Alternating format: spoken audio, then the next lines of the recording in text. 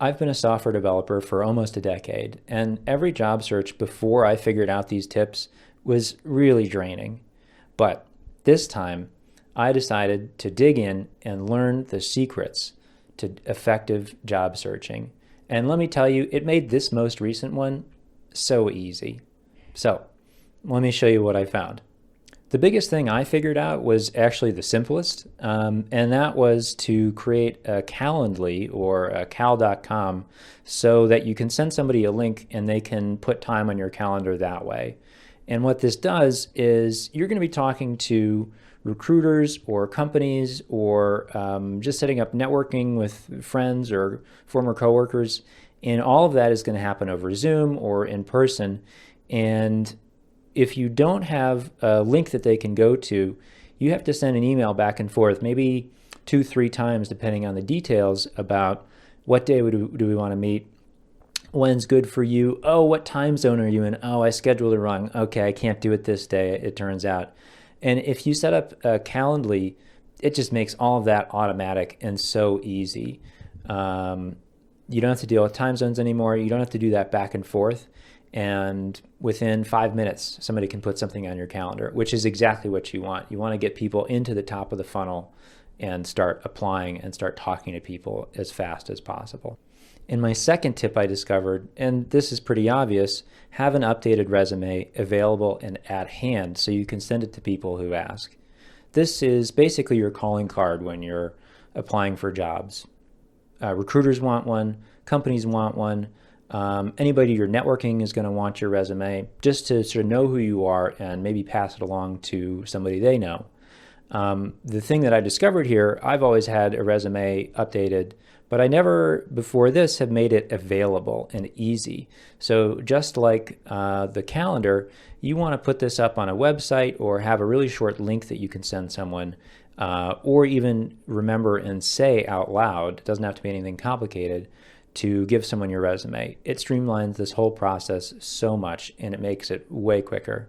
And these next few tips are going to be about the initial conversation you have with recruiters where they get to know you, they ask you a few questions, and you can sort of feel out the relationship there. The first thing they're going to ask you is just a general intro question. They'll say something like, "So, tell me about yourself." And then it's your job to give a little pitch about who you are, what you've done, and all that sort of stuff. When companies ask you this, what they're looking to know is, are you going to be a good fit just initially? Do you match some of the requirements that they're looking for? And if you do get to later stages, how can they win you? So one of the simplest questions they'll ask you is, so what are you looking for in your next role? And what they're looking for here from you is just to get a sense of who you are. They want to see if you can speak to your resume, and they want to see if there's going to be a mutual fit between you and the company. So some options for a typical developer, they might say, oh, I want to work with talented people. I want to work on interesting, complex problems. I want to collaborate closely, or I want to work in a particular domain. Those are all pretty standard things. And then you might have some extras as well that you can think of. So make sure to do some soul searching before you answer this question and really come up with a good answer that speaks to you, because later on they'll use this answer to try to win you in the interview process. If you can imagine, they give you an offer. It's not quite what you want, but you're willing to accept it. If they can tailor that offer and speak to things that you value, you're going to be much more likely to accept it. The next question you're going to get asked is, so why did you apply to this company? Why did you apply to this role?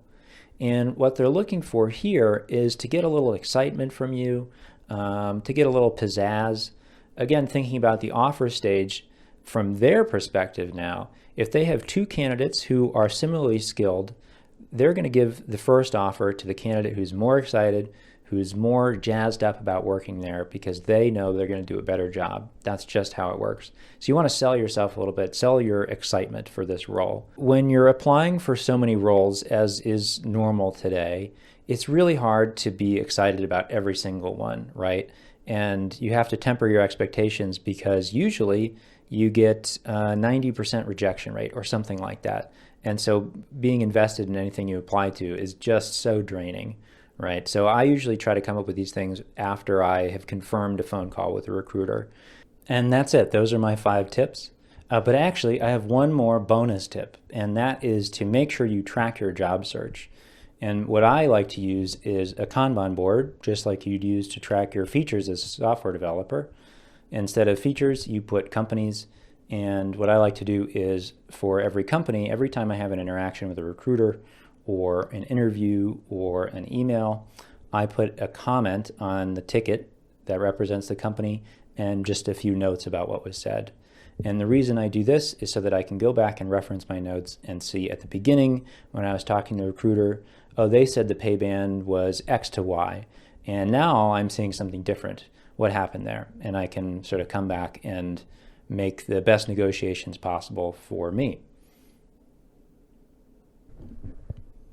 Okay, I hope those were helpful. And the next time you do a job search, I hope it's a little easier.